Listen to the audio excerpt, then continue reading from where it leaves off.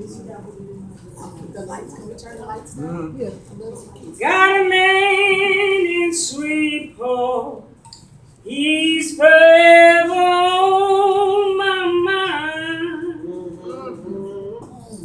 Got a man in Sweetport, he's forever on my mind.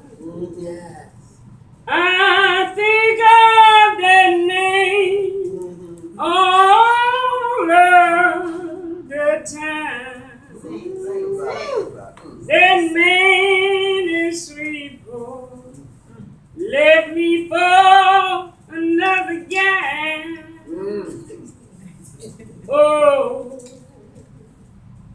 that man is sweet boy left me for another guy. Don't get it back. If I got to do it, maybe shoot her sometime. Oh, got a letter from my man. He say he coming back the next day. Oh, I got a letter from my man. He say he coming back in the next day. I knew my love was so good, he couldn't stay away. I hear you, girl. My man is sweet boy, he's coming on the next train. Oh, my man is sweet boy, he's coming on the next train. I'll be so happy to see that man again.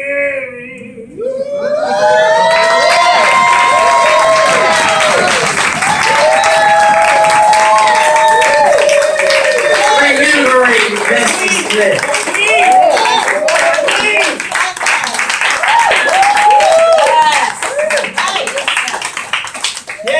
Yeah. So, ladies and gentlemen, welcome to Beauty and the Beat. Women in Jazz. The beginning, the blues, the spiritualities. Give it up again for Queen Yana.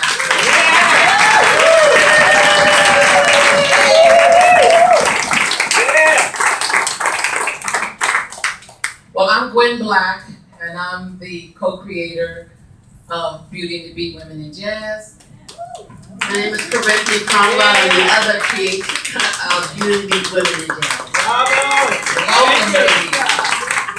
We're just going to give you a brief overview of the project, how we started the project, and what was the purpose of the project. I'm just going to go back a little further to my college days at FIT, where I was a student. And my final year in 1984, we had to sketch the model. My background was a fashion illustrator. That's what I started my career as. And so as I was working on our final project, the model was there. She had a sweater, and it looked like a piano key. So I said, wow, and I created this work of art. And I started cutting out the paper on Cole Porter, and that was the beginning of my journey of creating art and jazz, not knowing that it was going to take me 30 years later into this whole journey of advocating for the visual side of jazz. So that was my beginning, and I started creating postcards, and everyone was so enthusiastic about it. And so that was in 1988. And so from that point, I had a lot of friends in jazz, and my cousin, unfortunately, who passed away, was a wonderful sax player, Emmett Nelson. Yeah, so he used to take me around to the clubs, and that's where I met all my good friends that you hear about today, like Winard Harper and Justin Robinson. So that was kind of my start, and then being in an industry where women also have a difficult time of hitting that glass ceiling. You know, again, it's a male-dominated field. You would always see male top fashion illustrators. You never heard about women. So as I got more involved in jazz, who comes along? Another sister. They said, hey, wait a minute. There's something the matter with this picture. So Chrissy and I went to a club, and I think we went to see Alvin Jones. It was Alvin Jones, and we both said, wait a minute, we're the women on the bandstand. There's no women on the bandstand. There's something the matter with this problem. So that's how I actually started and connected with Chrissy. So I'm going to let her tell you a little bit about her journey and then how we went forward. And then now we're sitting here with these wonderful women who have paved the way in jazz.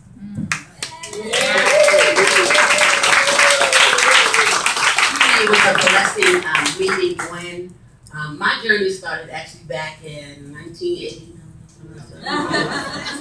And it started, I was at Howard University. I was in the jazz band. And you know when you're determined for something, you will make it happen. And so I was determined that I was going to make my presence at Howard University. Long story short, I got auditioned and got into the A band, and that took me to a place where I was able to record and travel. And it was at Howard University that I met Wynton Marsalis. And he got a chance. I actually met Wynton and Harry Connick Jr. They were there performing. And Wynton heard me play. Now at the time, I was playing baritone saxophone. And he came up to me after the concert and he said, when you graduate, gave his business card, said, when you graduate, come to New York. I want to introduce you to the jazz industry. And so he did. When I graduated, I came to New York, and he basically was just the person that opened the door for me to go. He would call on to the club. He called us Sweet Basil. I'm sending someone down and give her a shot. That's all I needed, because I knew I had the gift that God had given me, as a musician. And so that opened the door for me to go and play with some amazing musicians. I played with the Harper Brothers for a while, had my own group, and did some awesome musicians. I was one of Jackie McLean's last students before he passed. It's such an amazing story how I met him. I'm also a music therapist. His mom was one of my patients doing therapy. And I'm in there and I'm setting up my session, and I'm playing, I have his music on. And he was like, hey, can I come in? I was like, sure. You can bring my mom. I'm like, sure, bring your mom in. So he brings her in, I do my session, and after it's over, I'm standing next to him, and I'm just like, I said, do you know who you look like?